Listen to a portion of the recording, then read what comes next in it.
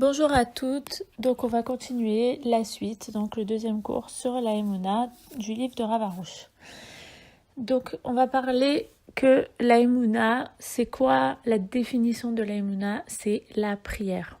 Sans prière, on ne peut pas avoir la Emouna. La prière, c'est le lien qui nous lie à Hachem. Et grâce à chaque jour, on entretient ce lien, ça fait que notre Emouna, elle se renforce. Et là, on peut dire que oui, on a la Emouna. Mais si, par exemple, on ne prie pas du tout Hachem, alors on va voir ce que c'est la prière. Donc, quand on ne prie pas Hachem et juste on lui parle une fois de temps en temps parce qu'on est en galère et on se dit « Oh mince, Hachem, là, tu peux pas me laisser comme ça et tout. » Donc oui, c'est bien, mais c'est pas ça la vraie Emouna. Donc, on va voir ensemble comment les gens ils se rendent pas compte de ce puissant potentiel que tout le monde a en lui-même. Et personne croit parce que c'est abstrait. Mais lorsqu'on va créer et on va se forcer, parce qu'au départ, les gens qui n'ont pas la Emouna et qui se disent « Bon, j'aimerais bien essayer pour voir », au départ, ça va être forcé, mais c'est pas grave. Et au fur et à mesure qu'ils vont continuer à se lier à Hachem, à lui parler, parce que la prière, c'est la tfila, certes, c'est les télim, c'est tout ça, mais c'est aussi parler à Hachem et lui parler, lui dire les choses. Alors vous allez me dire, mais c'est compliqué, on voit pas, on sait pas, on parle à un mur, ils vont nous prendre pour des fous, mais pas du tout. Isole-toi, fais-le chaque jour. Prends le temps de le faire, de dire à Hachem, merci pour aujourd'hui, merci pour ma journée, merci pour mes difficultés, merci pour mes facilités, merci pour mes enfants. Merci pour mes parents, merci pour ma famille, merci pour ma santé, merci pour tout ce que tu m'as donné. Et savoir tout le temps lui parler, au fur et à mesure du temps, même si au départ on ne le ressent pas, au fur et à mesure du temps, on va ressentir un besoin de tout le temps lui parler.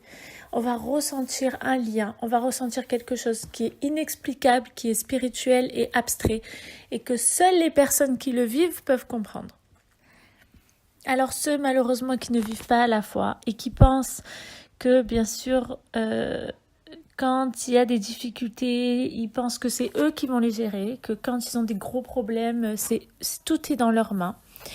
Et ils ne croient pas qu'ils tiennent cette force et ce mérite de parler à Hachem et de lui demander de l'aide, parce que le fait de demander à Hachem et de demander de l'aide, c'est aussi une force de Hanava, de montrer que c'est pas nous qui gérons le monde, c'est pas nous qui gérons notre vie.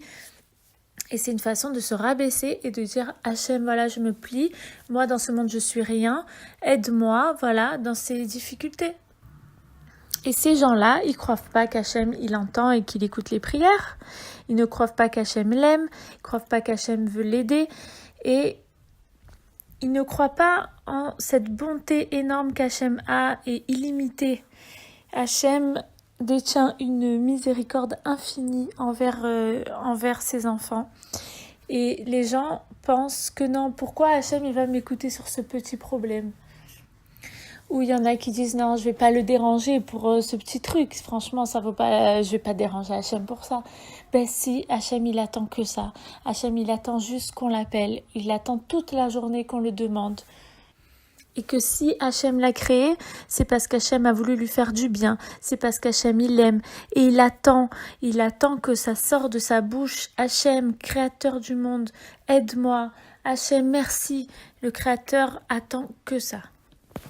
Alors il faut que chacun doit comprendre une chose très importante, c'est le pouvoir de cette prière-là. On ne se rend pas compte que cette prière-là, on va se dire oui mais Hachem il a décidé que voilà ça se passe comme ça puis c'est tout et pourquoi on va changer les choses? Ben non, c'est faux. Il faut savoir que la prière c'est elle qui va changer la nature. C'est la seule puissance, la seule force, la prière qui peut sauver de tous les dangers de la nature, de même le moment où on est le plus en danger, où par exemple, Chas Shalom, on a un pistolet sur la tempe et on se dit bah ça y est, c'est fini, qu'est-ce que je vais faire maintenant? Non, jusqu'à la dernière minute, tu lâches rien et tu continues et tu pries. Toutes les créatures d'Hachem, même les plus petites, même si pour vous des créatures insignifiantes, Hachem écoute tout le monde. Et dans le but où cette créature se tourne vers lui avec cette émouna, dans le but de le connaître, de connaître Hachem avec des mots simples.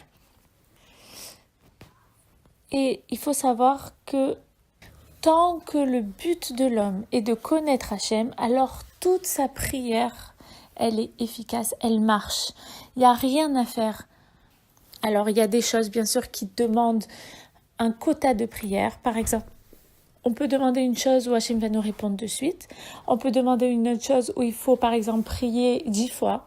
On peut demander autre chose où ça demande des mois et des mois pour être répondu. Mais il faut jamais lâcher. Parce que c'est comme Moshe Rabbeinu. Moshe Rabbeinu, il priait pour le peuple d'Israël, il s'arrêtait pas. Et pourtant, il y avait tout le temps ce malheur-là. Et à chaque fois, Moshe, il priait. Et pareil pour Moshe priait jusqu'à l'annulation du décret. Tant que le décret était là, il s'arrêtait pas de prier. Pareil, quand Moshe Rabbeinu il voulait entrer en Israël, Hachem il voulait pas que Moshe Rabbeinu entre en Israël. Et il a prié 515 prières. Vous imaginez, après déjà 500 prières, ça y est, on baisse les bras, on n'en peut plus.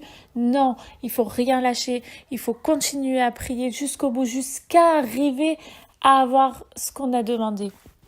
Et Hachem, il lui a dit stop, il lui a dit arrête de prier, ça suffit parce que si tu rajoutes une prière, je vais être obligée de te rentrer en Israël.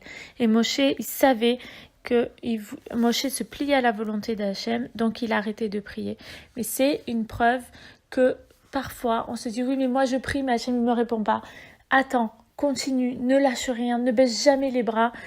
Parce qu'à un moment ou à un autre, Hachem il va te répondre. Hachem il entend tes prières, ça lui fait du bien de voir que son enfant il vient vers lui, il l'aime et il écoute, ça lui fait du bien Hachem. Et à la fin, il va te répondre. Voilà, donc ça c'est pour aujourd'hui. Et à la prochaine. Au revoir, bonne journée.